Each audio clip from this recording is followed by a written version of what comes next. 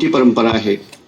गोव्यात कला अकादमीमध्ये दरवर्षी बालनाट्य स्पर्धा ज्या होतात, एकांक स्पर्धा ज्या होत्यात, त्यात मोठ्या संख्येनं म्हणजे काणकोण तालुक्यातील बऱ्याच शाळा, उच्च माध्यमिक विद्यार्थी या सहभागी होतात आणि त्यांनी त्यांच्या कलेचं त्या ठिकाणी प्रदर्शन केलेलं आहे. त्यामुळे पुणे आणि मुंबई या ठिकाणी गाजलेलं जवळजवळ 100पेक्षा अधिक प्रयोग या बालनाट्याचे झालेले आहेत. त्यामुळे त्याचंही सादरीकरण, त्यांची कला या ठिकाणच्या मुलांना पाहायला मिळावी या दूरदर्शी विचारानं लोकमान्य मल्टीपर्पज कोऑपरेटिव्ह सोसायटी आणि फाउंडेशनने तरुण भारतच्या सहकार्याने हे बालनाट्य या ठिकाणी सादर केलेलं आहे. मी अधिक वेळ न घेता आजच्या या कार्यक्रमाला उपस्थित असलेले आमचे काणकोणचे आमदार, त्यांना नेहमी कामात व्यस्त असणारे, याच्यानंतर सुद्धा त्याला आणखी 2-3 त्यांना कार्यक्रम आहेत, परंतु आमच्या विनंतीला मान देऊन ते त्या ठिकाणी आलेले आहेत. मी आमच्या नमेश बोरकर आणि सागर जावडेकर सरांना विनंती करतो की मामा ठाकूर आणि आमचे कला आणि संस्कृती खात्याचे मंत्री डॉक्टर रमेश तवडकर यांना व्यासपीठावर बोलवण्यात यावं.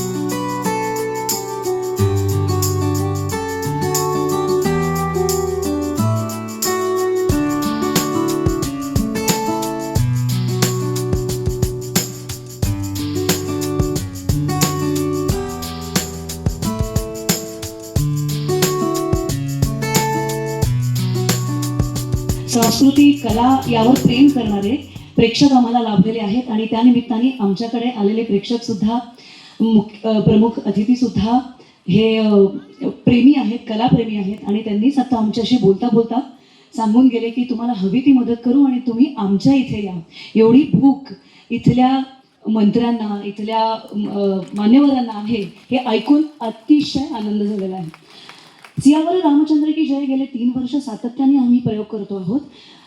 लोकमान्य कल्चरल फाउंडेशन आणि लोकमान्य कोऑपरेटिव्ह हाऊसिंग सोसायटी आणि तरुण भारतच्या प्रयोजनामुळे आम्हाला 10वा प्रयोग इथे गोव्यात करता आलेला आहे. आज आमचा 12वा प्रयोग आहे.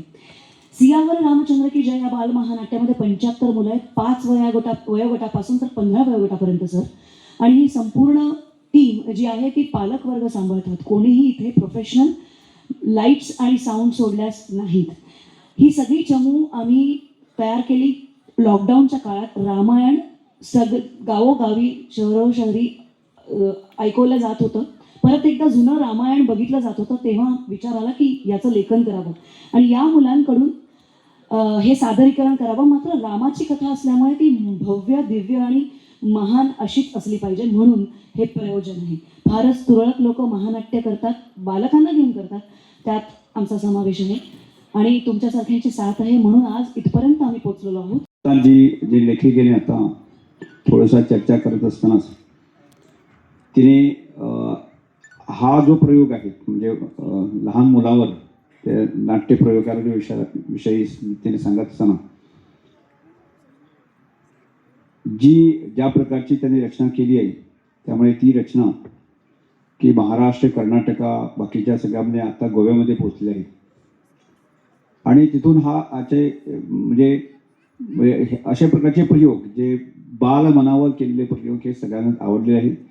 आणि सांगता सांगता मी पण त्यांना सांगितलं की मला पण आवडलेलं आहे. मी बघितलं नाही, पण त्याचं एक कारण एवढंच आहे की मी स्वतः शिक्षक होतो, मी शाळा चालवतो. त्यामुळे एक आमच्या सगळ्यांचीच धारणा आहे, जी बाल मनावर केलेले जे संस्कार आहेत ते कायमस्वरूपी त्यांच्या जीवनामध्ये त्यांना उपयोगी पडतात.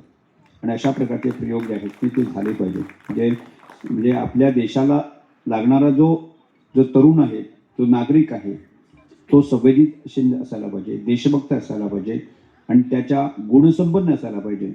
आणि त्याच्यातून ती जडणघडण होत असते आणि त्यामुळे परिपक्व असा नागरिक आपल्या देशाला बहाल केला जातो. आणि त्या दृष्टिकोनातून अशा ह्या नाट्यप्रयोगातून जी आपली संस्कृती परंपरा त्यांचं संवर्धन करण्याच्या दृष्टिकोनातून खूप मोठा प्रयत्न केला जातो. आणि पूर्वापार आपली जी संस्कृती परंपरा या बालमनावर आताच्या तरुणावर आज जे टेक्नॉलॉजी युग आहे आणि त्यामुळे ह्या सगळ्या आपण गोष्टी लुप्त होत चाललेल्या आहेत. आणि त्या दृष्टिकोनातून की असे हे जे प्रयोग आहेत ना ते झाले पाहिजे.